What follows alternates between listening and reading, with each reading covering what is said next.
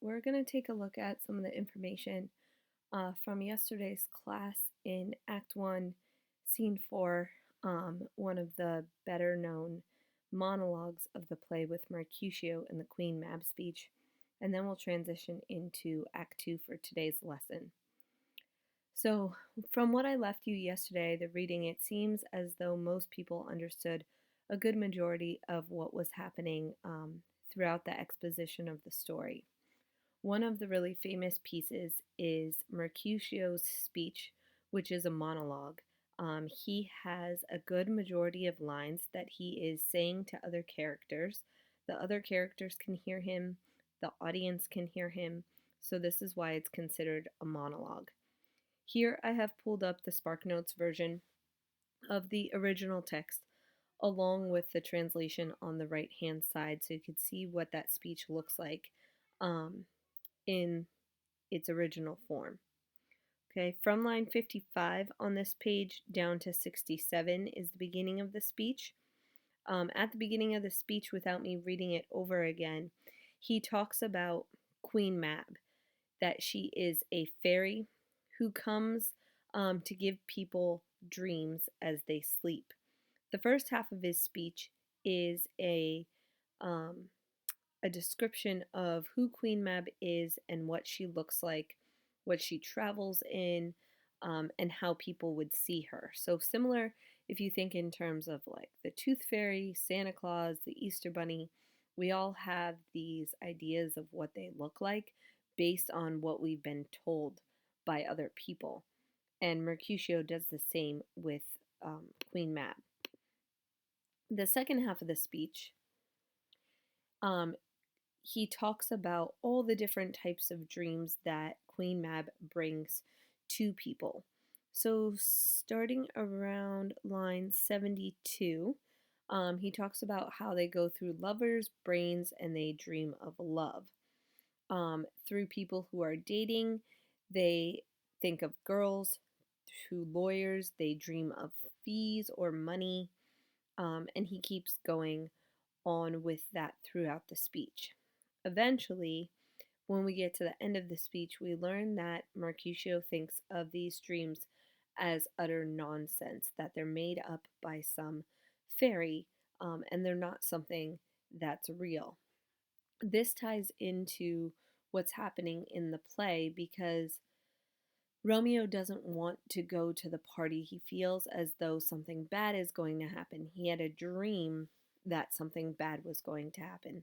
So Mercutio is trying to squash that idea that nothing bad is going to happen. It's just a party. He should forget about it.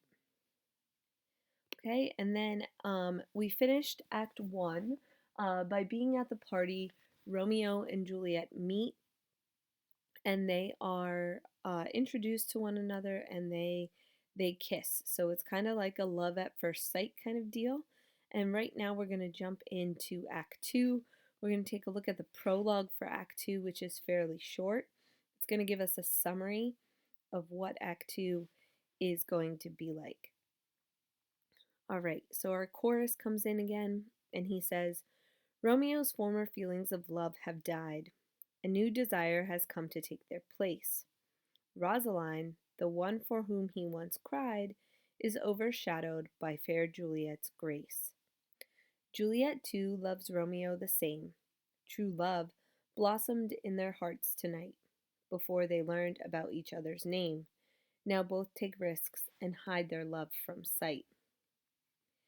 The feud means Romeo can't see his maid, nor whisper words of love into her ear, nor can escape come to Juliet's aid, for her to be with him and have him near. But love gives them strength of will to meet, and danger makes that precious time more sweet.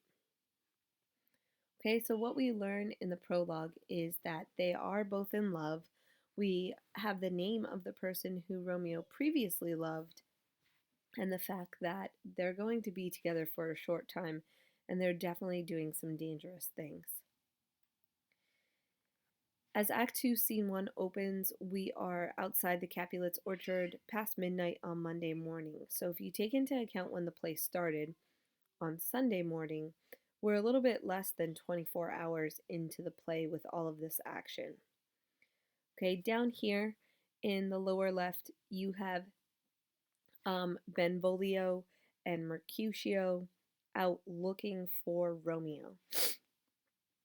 Romeo, my cousin Romeo, Romeo. How can I leave when my heart lies here? I have to go back in there to see her. Mercutio says, he has acted wisely and gone back home to bed. He ran this way and jumped over the orchard wall. Call him, Mercutio. Why, I'll just magic him up too. So Mercutio is starting to kind of be his sarcastic self, using examples of verbal irony here. Mercutio is with his friends, and in the background here you have Benvolio. Romeo, you moody clown, you lunatic, you volcano, you lover, let me see just a hint of you. Sing a song for me. Shout out, oh my, or love, or dove. Say just one word to the old gossip, Venus, one nickname for her short-sighted son Cupid, the one who made King Cophetua fall in love with her beggar woman. He doesn't hear me. He doesn't move. The silly fool is dead, and I'm supposed to magic him up. So Mercutio is trying his best to make fun of Romeo in this sense, make fun of his emotions, the fact that he is good at poetry, like I talked about earlier, trying to get him to come out to find where he is.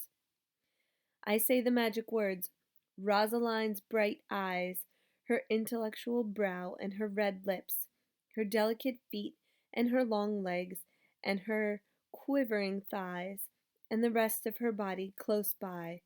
Romeo, appear to us. So little does Mercutio know that Romeo is out of love with Rosaline and in love with Juliet. Only we, the audience, are privy to that information because we know what was happening through the other scenes. Where Mercutio wasn't there, he doesn't know those things. So this here is a clear example of what we would call dramatic irony. The audience knows something that the rest of the characters do not. He'll be angry if he hears you.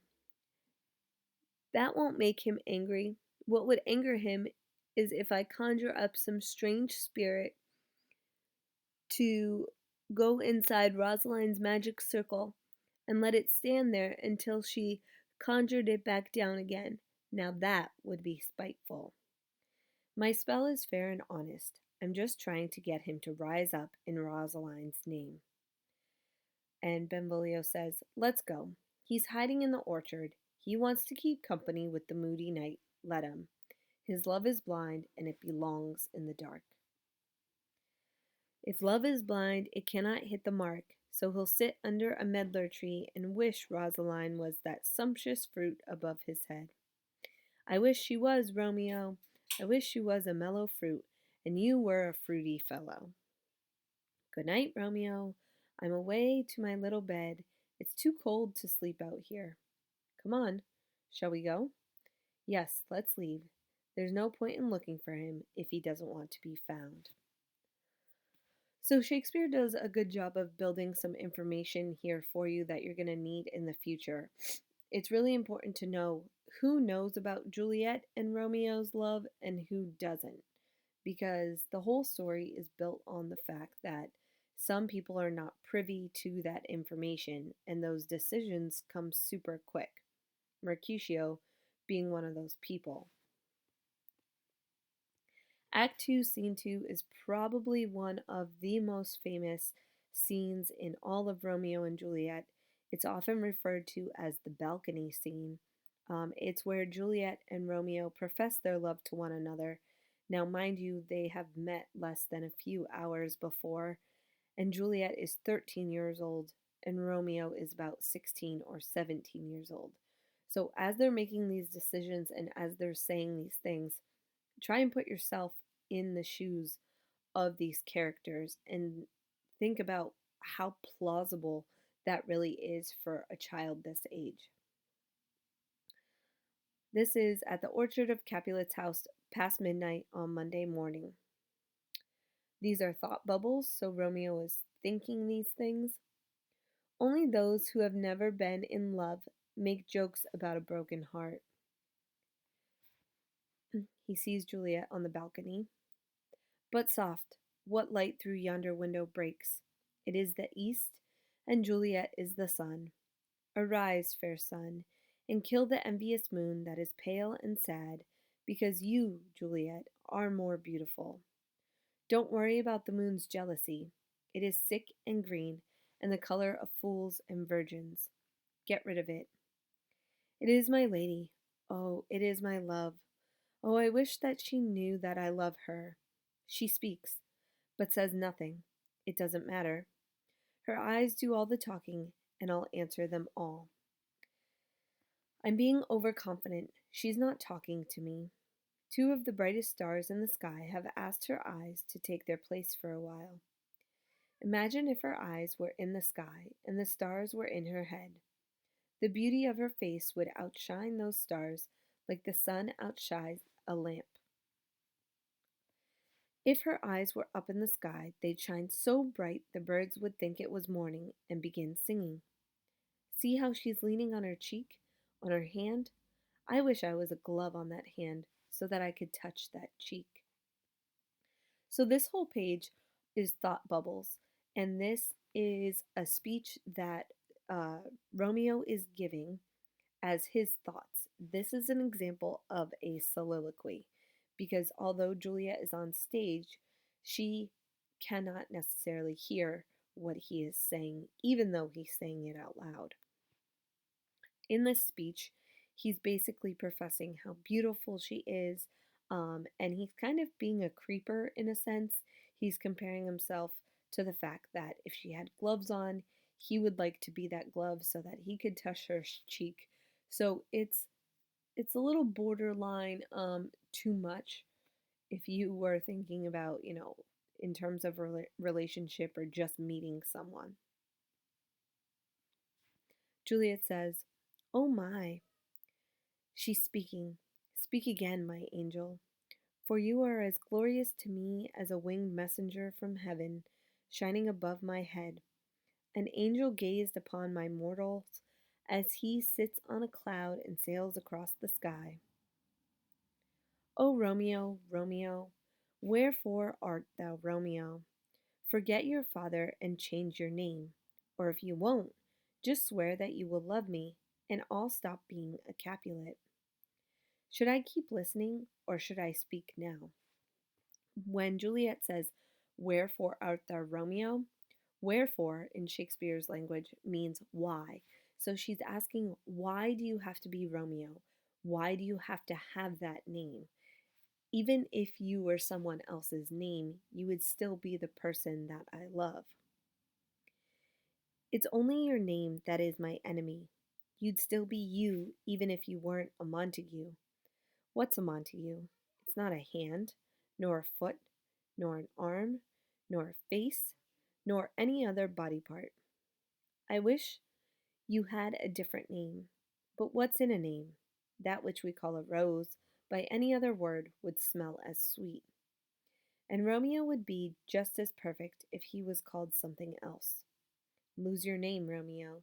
You can have all of me in exchange for your name that is no part of you. I'll take your word for that. Just say you love me and I'll take a new name. I'll never again be Romeo.